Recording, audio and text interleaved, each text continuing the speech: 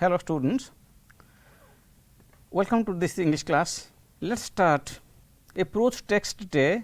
The text is The Portrait of a Lady by a famous Indian English writer Khushwant Singh. You know that Khushwant Singh is a very popular and rather famous writer in the world scenario. He was an Indian writer, although he has written a lot of work in English language which have an international acclaim.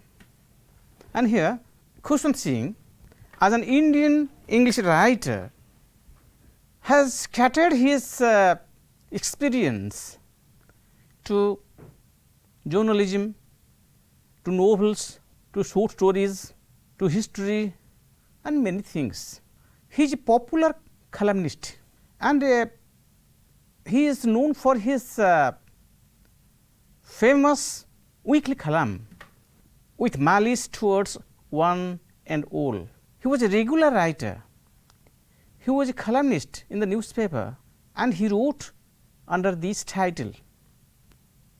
He is very famous as a writer in the field of journals, in the field of history, in the field of literature and many other things.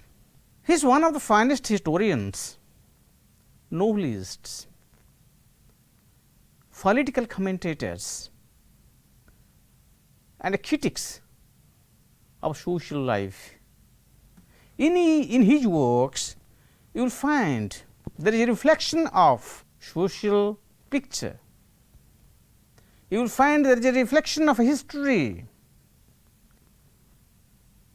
In his writings, you will find there is also a reflection of politics, and he also made a critical analysis of the social life. And here is a text for you, that is a prose, and the name of the prose is The Portrait of a Lady. The very caption is very much eloquent of the content. What it contains? You know, the title of a work of art should be like the signboard of a shop. It should be apt and suggestive. It should tell you the contents of the shop. When you read the signboard of a shop, you should be able to know what it contains.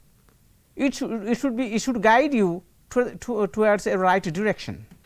Thereby you can go into the shop and purchase things. And if the signboard is illusory, you won't be able to know the things.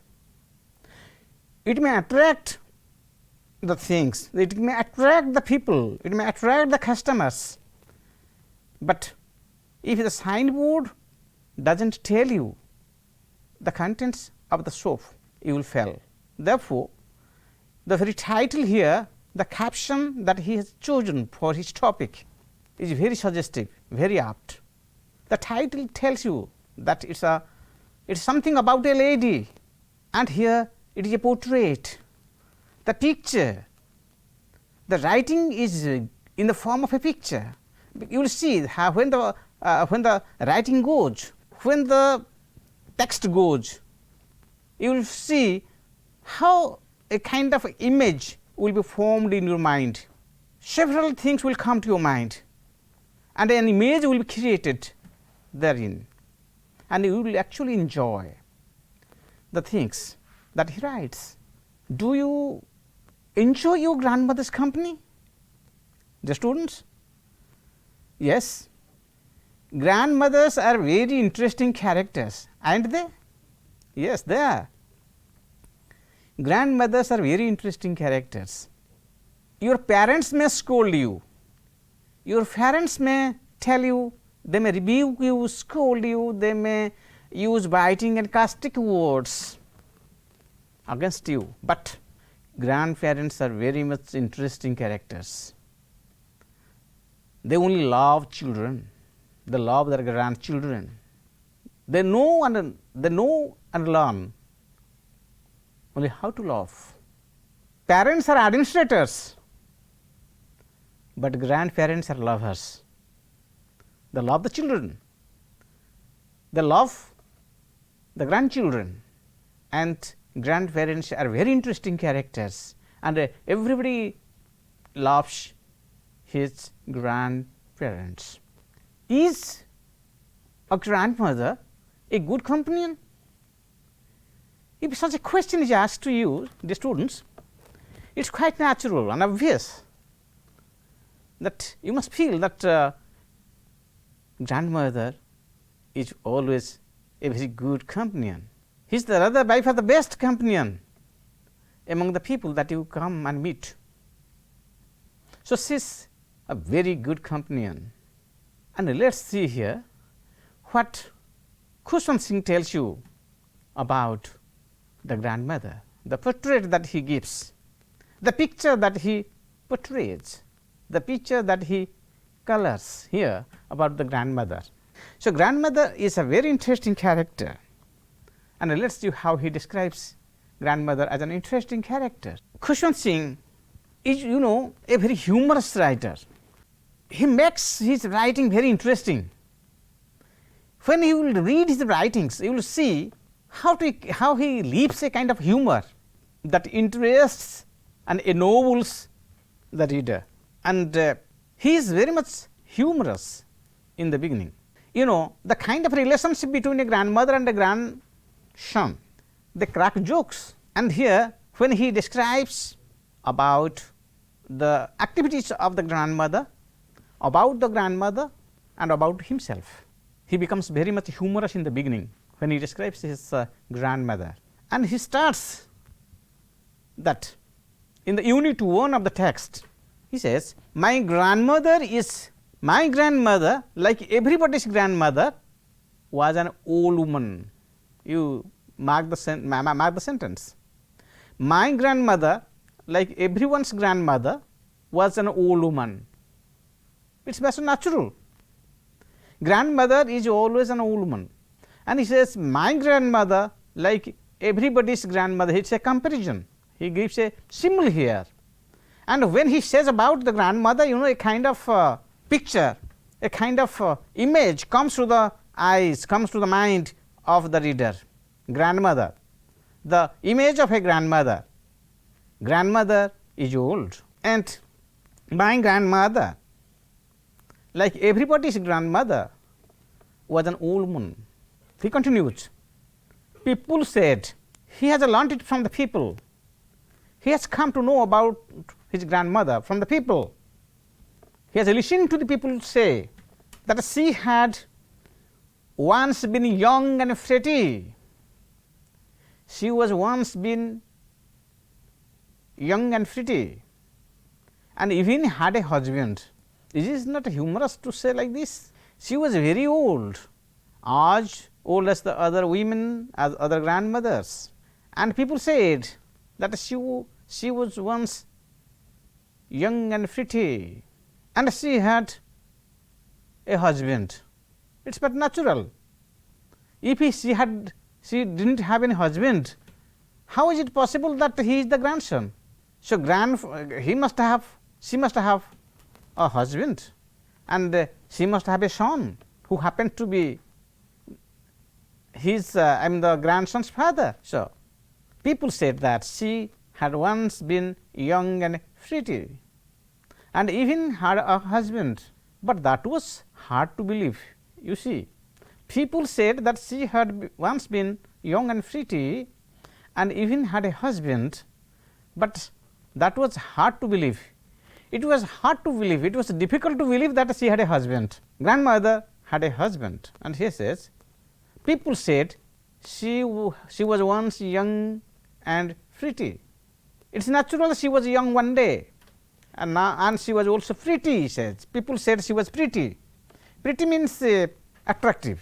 There is a difference between pretty and beautiful. Pretty is attractive, beautiful is the better form of pretty, and pretty is less than beautiful.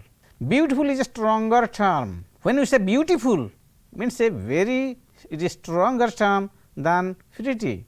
Pretty is just attractive, the look attracts, but beautiful means it is better than pretty. And people said that she was once young and pretty and even had a husband, but that was very hard to believe that she had a husband. And you see, pretty and beautiful are not synonymous terms. We can't use pretty for the word beautiful, and we can't replace beautiful by pretty. They can't be interchangeable, because pretty is attractive, beautiful is a stronger term, is more prettier. And here Kushan Singh makes reflections of the past, and he often told us the games she used to play as a child. She often told us the games she used to play as a child. Grandmother, grandmothers tell stories to the children. Grandmothers are good at telling stories to the children. Children feel very much interesting. Children feel very amusing. Children will feel very happy because they listen to stories told by the grandmothers. Grandmothers are always symbols of telling stories to the children, and often told us the games. She also told about the games that she played or she used to play as a child in the past. Therefore, she was also a recollection of the past. He talks about his grandfather also. His grandfather has become a photograph. That means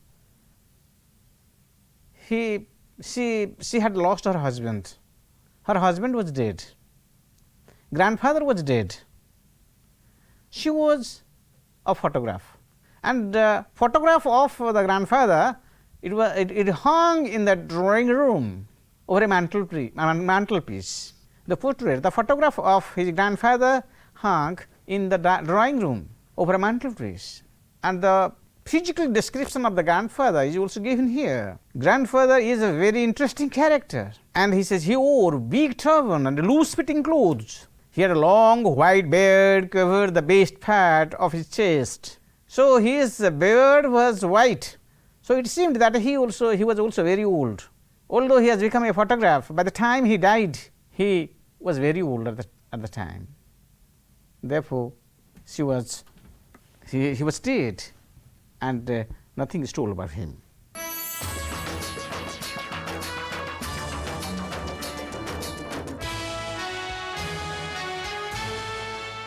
Yes, dear students, let us see what Kushan Singh says about his grandfather. He gives a brief description about his grandfather.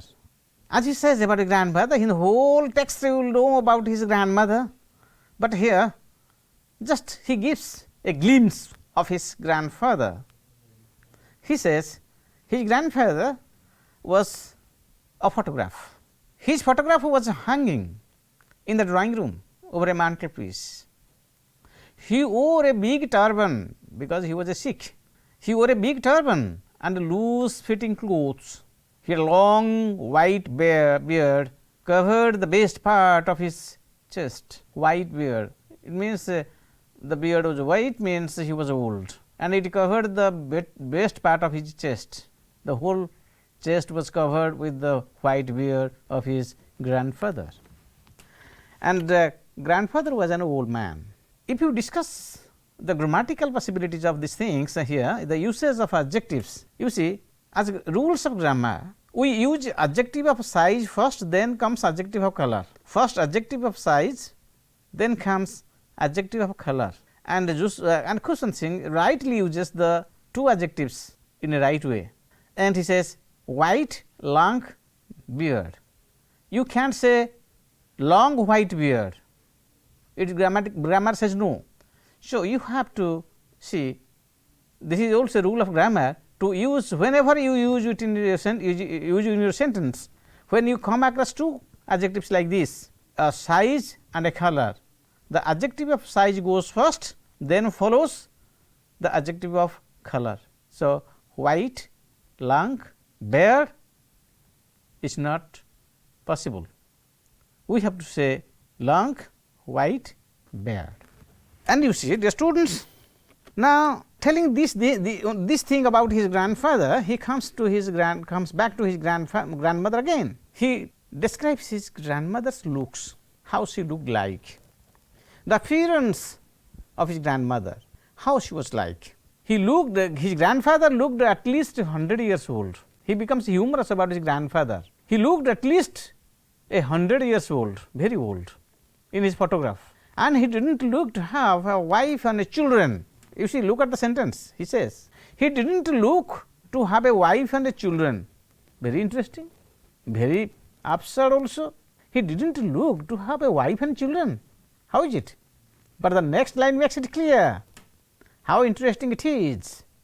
He says, but he looked to have lots and lots of grandchildren. He didn't look to have children, a wife or children, but he looked to have a lot of grandchildren. That means he looked very old. The description, you look at the description, the sentence, the kind of sentence he writes to make the sentence humorous and interesting. Yes, dear students. Now come back to the grandmother. How the grandmother looked like, the appearance of the grandmother, how she appeared. She was short, fat, and slightly bent. This also tells volumes of age. She was also old. He has already made it clear in the initial line of the sentence. My grandmother, like everybody's grandmother, was an old woman. So she was old. So two other things are also added to it. She was short. She was tall. She was not a tall woman. She was a short woman, short in stature, not so tall. She was fat. She looked fat. She was a fat woman, and she was slightly bent. And slightly bent means she stooped forward. She was bending forward, because it happens due to old age. When somebody becomes old, he or she bends. It is a stooping forward posture. Yes, dear students, she was short, fat, and slightly bent forward, and her face was criss-cross of wrinkles, running from everywhere to everywhere. You again mark the sentence. Her face was criss-cross of wrinkles. You will find wrinkles on her face because of old age, and the wrinkles ran from everywhere to everywhere, from this side to that side, this side to that side to this side, and the wrinkles went on from different sides. So it was a criss-cross of wrinkles. The face was like that. She was so terribly old. She seemed to have stayed at the same age for 20 years, not just pretty, but always beautiful. The students, you see how he manages the sentences. She was terribly old, and she seemed to have stayed at the same age for 20 years. The grandson sees him in the same age, as if she looked the same for 20 years, and not just pretty. And now he says, people said she was pretty, she was young and pretty. People said, but now the writer says, Khushwant says, not just pretty, she was always beautiful. You see, he says, my grandmother was very beautiful, she was not pretty. What people said, he didn't believe in that, but he believed that his grandmother was beautiful, not only pretty. He says about his grandmother's dress, the kind of clothes she used, and he says she was in spotless white with one hand resting on her waist to balance her stoop. She was in spotless white. Her dress was spotless white, no spot was there, spotless without spot, thoroughly white dress. She was in her white, and one hand resting on her waist, because she was stooping forward, to balance her stoop.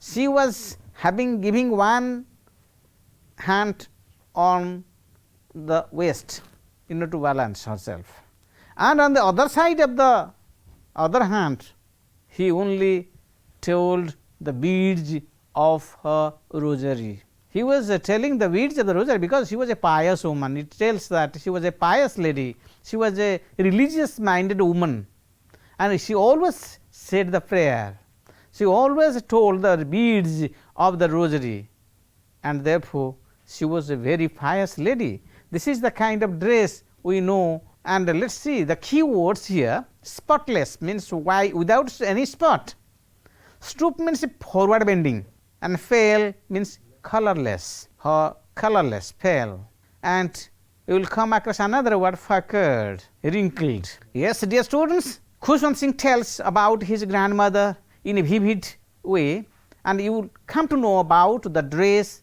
you come to know about her age, you come to know about the kind of person she looked like, and she told about the games during the fast, and she had a husband, and the grandfather's photograph was hanging over the mantelpiece in the drawing room. You know that we had a discussion on the grandmother in the text, The Portrait of a Lady by Khushwant Singh, and Khushwant Singh tells you about her grandmother, how she was an old woman, like everybody's grandmother, she was an old woman.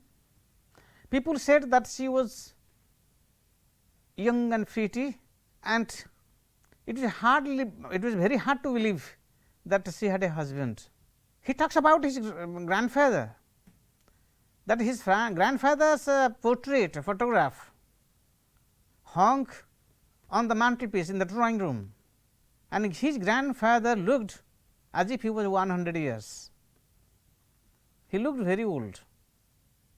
He put on a turban, a big turban, and his long white beard covered the best part of his chest. He did not look to have a wife and a children. He looked to have a lot of grandchildren. Very interesting. And he said that the grandmother put on white clothes, dress.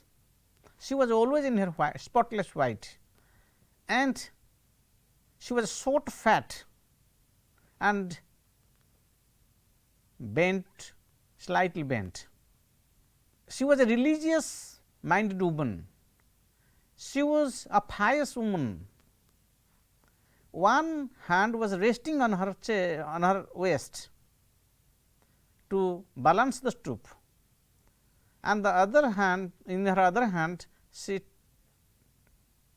engaged herself in telling the beads of our rosary. This is what we know about the grandmother in the previous discussion, and let us see how he continues about his grandmother. Again, about his hairstyle, he says, her silver locks were scattered untidily over her pale, puckered face. Her silver locks, here locks means hair, silver locks means silver is white in color, and say white locks means white hair. Her silver locks were scattered here and there on the scattered untidily here and there over her pale, the face looked pale, colorless. Puckered face, puckered means wrinkled, puckered, wrinkled, face was wrinkled. See, he has already told it that wrinkles ran from everywhere to everywhere on her face, and the lips were constantly moved in inaudible prayer, and the lips were always engaged in saying the prayer of God. So, from this we come to know that she was a very religious minded lady, a very pious lady, and she grandmother was also a simile, a comparison. Simile, what is a simile? We not only use simile in poetry, we also use a simile in prose, and here he also uses it in the prose. In his prose, the portrait of a lady, Khushwant Singh uses simile. Simile means comparison of dissimilar objects. it is a comparison of dissimilar objects.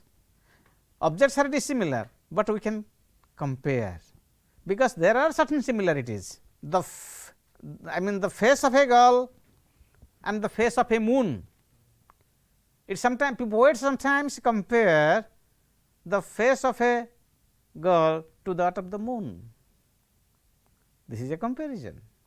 We use like Raj for the comparison, and here also the writer compares his grandmother. How he says, look at the sentence here. She was like the winter landscape in the mountains. She looked like the winter landscape in the mountains. Why winter landscape? Because in winter in the mountains, particularly he talks about, because you know that he was a man of Punjab, and Punjab in the North India, and during winter season we find it is closer to the Himalayas, and therefore, you see it was in the cold region, and therefore, snowfall is there, and during winter season the whole landscape looked white, and therefore he compares and gives a simile that she was like the winter landscape in the mountains. In the mountains you will see the mountain was covered with snow, looked thoroughly white, and she also looked white. The hair was, say it was a silver locks, means white hair. She was, her body, her dress was also white, spotless white dress, and therefore she looked like, a comparison is here, like the winter landscape in the mountains, and she was the pure white serenity. She was the pure white. White stands for some purity. White means the color stands for purity, and the pure white serenity, serenity calmness, breathing peace and contentment, and she was symbol of peace, and she was also symbol of contentment, satisfaction. She was pure white serenity, breathing peace and contentment. And you look at the things, the description he gives about his grandmother. So, grandmother in this text we come to know about the grandmother, and grandmother was looked very pure, she looked very white, and she looked very interesting, and grandmother was an interesting character, and in this text we come to know about grandmother's life, grandmother's appearance, grandmother's looks. Grandmother, he says, grandmother and I were good friends. In this text we come to know that grandmother and I were good friends. Again it is a grammatical structure. Can you say I and grandmother? Can we say I and grandmother were good friends? Again grammar says no. Here there is also a point of grammar. Grandmother and I were good friends, because the first person is not used first in a sentence. When we have more than one persons used as the subjects of the sentence, the first person always comes last, and the third person here, since we have two persons, one is grandmother, it is the third person, and I the first person, and we can't say I and the grandmother, we must have to say grandmother and I. This is also maintained by Khushwant Singh, and he says grandmother and I were good friends. It is but natural that grandmother and a grandson and granddaughter as well, they are very close. Children feel very much close to their grandparents than to the parents, because parents are strict people, parents are strict administrators, they try to administer the children, but grandparents they only love. Love is the only alternative that is there for them, and they love the children, they want to be with the children, they tell stories to the children, they tell about the games and all that they have played during the time when they were young, little children. This is what we know, and the writer tells about his grandmother's mother this way.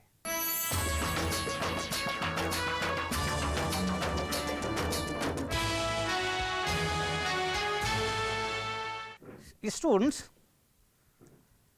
let us resume the story, resume the lifestyle, the kind of relationship the grandmother and the grandchild had in the unit 2 of the text, the portrait of a lady. You know, grandma and the boy, they were very close friends. Here the parents left him with her when they went to live in the city. Parents left the child with the grandmother in the village, because the parents went to the city. He gives a very beautiful description in this text about the city life and the country life, the village life and the city life. He also juxtaposes 3 kinds of people of 3 generations. One is old generation, the other is elderly generation, and the next is the younger generation. 3 generations are put vis-a-vis by the writer. 3 generations are here. One is the younger generation, because the writer stands for the younger generation. The elderly generation means his parents, and the old generation, the grandmother. The writer Khushwant Singh here keeps 3 important generations for us: the old generation, the middle generation, and the younger generation. And he says, parents left me with her when they went to live in the city. When father and mother went to live in the city, they left me with grandmother. And what did grandmother do? All the responsibilities laid on the shoulders of, on the weak, frail, fragile shoulders of the grandmother. Woke me up in the morning, got me ready for school. She woke him up in the morning. He used to go to the village school. You think of the time when Khushwant Singh was a little child, and in those days it was India was being ruled by the English people, and the educational system was not so developed at the time. As you find schools in villages today, you won't find schools in those days, and it was very ancient times. During this period, when the little boy went to school, the child or the boy was woken up by the grandmother in the morning, and she also got him ready for school. This responsibility was there with the grandmother. My grandmother, he says, was an interesting character, and she was a responsible lady. She woke me up in the morning to go to the school with. And when he went to the school, before going to school, the child was made ready by the grandmother, and she said her morning prayer in a sing-song, while she bathed and dressed the boy so that he would learn it. When the child was bathed by the grandmother, and while he was being dressed by the grandmother, the old lady, grandma, said the morning prayer in a sing-song voice, so that there is a purpose. Grandmother wanted that the boy should learn the prayer. You see, this is the responsibility of an old woman. This is the responsibility of a grandmother. How a grandmother wanted that the new generation should learn something from the elderly generations, and she belongs to the old generation, and the older values have to be inculcated by the younger generations, and therefore, she wanted to say the prayer while she bathed and dressed the boy for school, because she wanted that the boy should learn the prayer, because prayer is a very important part of life in India. It is a part of Indian culture. In our Indian culture, what happens? We learn prayer, and every day we have to pray God in the morning and in the evening. And when even we go to school, there is also prayer class. We have to pray. Prayer is an important part of our system, of our life, of our culture. Therefore, the writer tells that the grandmother wanted to sing the prayer, say the prayer in a louder way, so that the boy should learn the prayer. This is what she wanted to do. Grandparents are old values, and the old values have to be transferred to the younger generations. You see, the kind of school materials they used in the past at the time. Nowadays, when you go to school, yes, a bag is given to you. Your parents bring pen, paper, coffee, books, and all that, and other writing materials.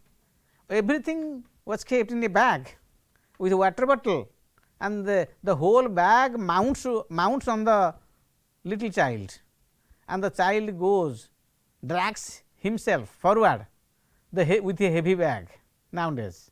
But at the time, he talks about the kind of education and the kind of writing materials or school materials that were used in those days. He says, wooden slate pre-washed and pre-plastered with yellow chalk.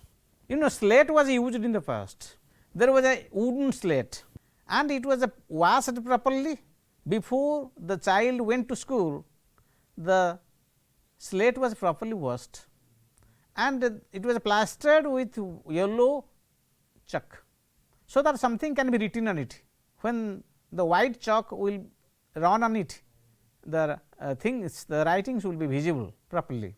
And another material was there. He carried an earthen ink pot. Ink pot was also used in those, because you know fountain pens were not there at the time. It was an earthen ink pot. He had to carry an ink pot with him, a pot filled with ink, and he also carried a reed pen. No fountain pen was not there at the time. He carried a reed pen, and the reed pen was dipped in the ink, and it was used for writing on the slate. And therefore, this is a kind of material, school material used in those days. And all the things, the slate, wooden slate, the earthen ink or reed pen, all these three items were tied together in a bundle.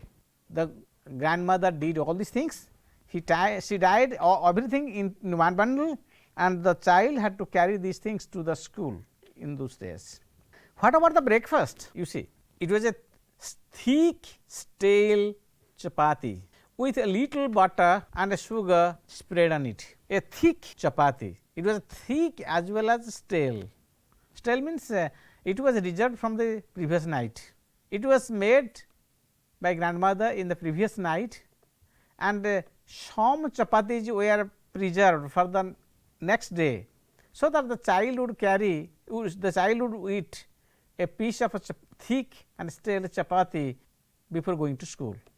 And this was the breakfast, a thick stale chapati with a little butter and sugar spread on it. This was the breakfast for the child. She carried some chapatis for the village dogs also. You see how benevolent she was.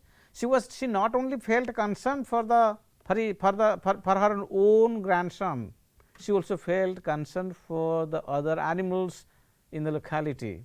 And when she went to school with the boy, she carried some chapatis for the village dogs. She felt concern for the dogs also.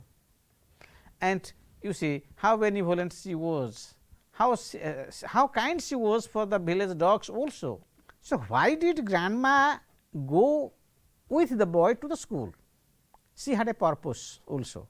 She not only made the grandson ready for school, she also accompanied the grandson to the school. She also went with the grandson to the school. What is the purpose? She had a very noble purpose. What was that? It is because the school was attached to the temple. The school was attached to the temple, and you know, she was a pious lady. As the school was attached to the temple and she was a pious lady, she wanted to accompany the boy to the school, so that when the child and others, I mean the children, would be busy reading things, studying things in the school, as the school was attached to the temple, she would sit inside reading the scriptures, reading the religious books in the temple. This was the purpose of the lady, and how she was a very religious minded woman. And what was the teaching method at the time? You know, the students, you compare the kind of schooling in the past and the kind of schooling at present. Past and present can be compared, and here Kushan Singh tells you about the past and present. Two important generations are kept here with you, and the kind of education that was there at the time. And when the grandmother went to the school with the child, and her purpose was to sit inside the temple, so that she would be able to read the scriptures, the holy books in the temple. This was the purpose of the grandmother, and the grandmother wanted to go that. And this kind of schooling I am talking about. The children sat in rows on either side of the veranda. The children had to sit on either side of the veranda, and the priest taught alphabet and morning prayer in a chorus, and the priest was the teacher. The priest of the temple was teaching the students, the children, in the this was the school. You know, there is no institution as such. There was no institution as such for the children in those days. No educational institution, no building was there for the children, and the children had to sit in the veranda on either side of the veranda, and the priest taught alphabet to the children along with morning prayer, and the children learned these things in a chorus. And when grandmother and the boy returned together, the village dogs followed them to their home, growling and fighting for chapatis. It is but natural. When you throw chapatis to the dogs, they quarrel with one another. That happened. This is what we know about the grandmother. The grandmother is a very she is not only pure white to look at, she was also very interesting, and she was also a very religious minded woman, and the religious, all these things are rolled into one, and the grandmother was a religious minded woman, and she loved children, she loved dogs, and she loved everything, and therefore grandmother was a very interesting character. Dear students, thank you very much.